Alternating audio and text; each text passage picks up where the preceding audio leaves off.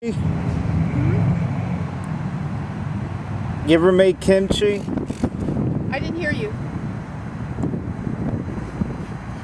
I've just been eating out of this garden. I've been saving a lot of money.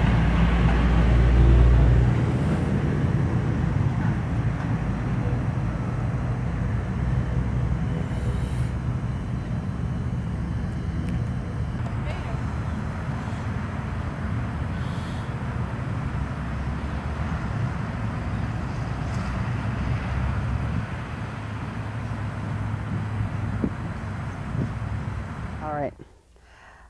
Today we're talking about how to grow a vegetable garden in South Florida. Vegetable gardening in South Florida is pretty much the opposite of vegetable gardening in any other part of the country, in that in our zone, which is zone 10, the seasons are pretty much reversed. So many people move to South Florida and try to start growing the vegetables they always grew in New York or Connecticut or Massachusetts or Ohio in April. At which point everything dies of the heat and the humidity and the rain, and they get very discouraged and they don't want to grow vegetables. The time to start growing your vegetable garden is no earlier than October. November is normally better. Our professional vegetable growers for many, many years started their vegetable gardens, their plantations, their vegetables, their farms in early October, because we never had a hurricane, tropical storm, or bad weather after August. This ended pretty much with Hurricane Andrew. Due to some changes and alterations in our global climate, we now have rain, hot weather, and tropical storms through October, and we don't start our cool season until November. So professional farmers in South Florida don't start vegetable crops until the end of October or early November, and that is when you should start your vegetable garden. We have two types of soil in South Florida. Both of them are bad. One of them is sugar sand, and any water you put on sugar sands drains instantly and it holds no nutrients. The other type of soil is Everglades peat. Everglades peat turns into slush when it's wet and becomes asphalt like your driveway when it's dry. Neither one of these soils is good for vegetable gardening.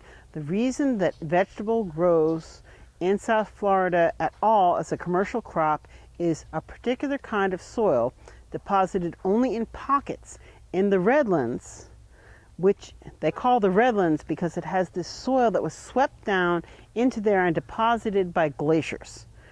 That's all being turned into developments now, and that's not our problem.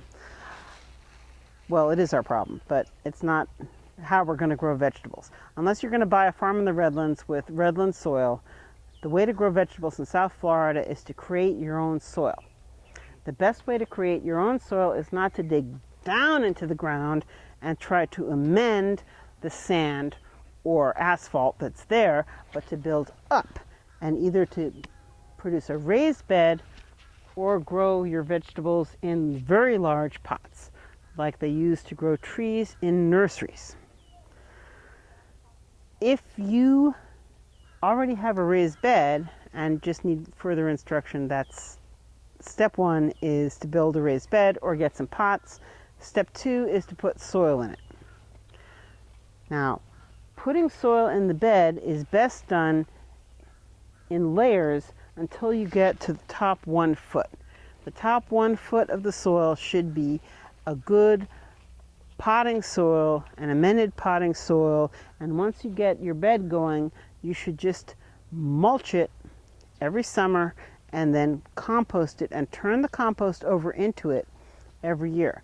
If you're starting from scratch, what you should do is you should put soil and stone in the bottom half of your raised bed for drainage, and then top it up with alternating layers of compost and potting soil until you get to within about a finger length of the top of the bed.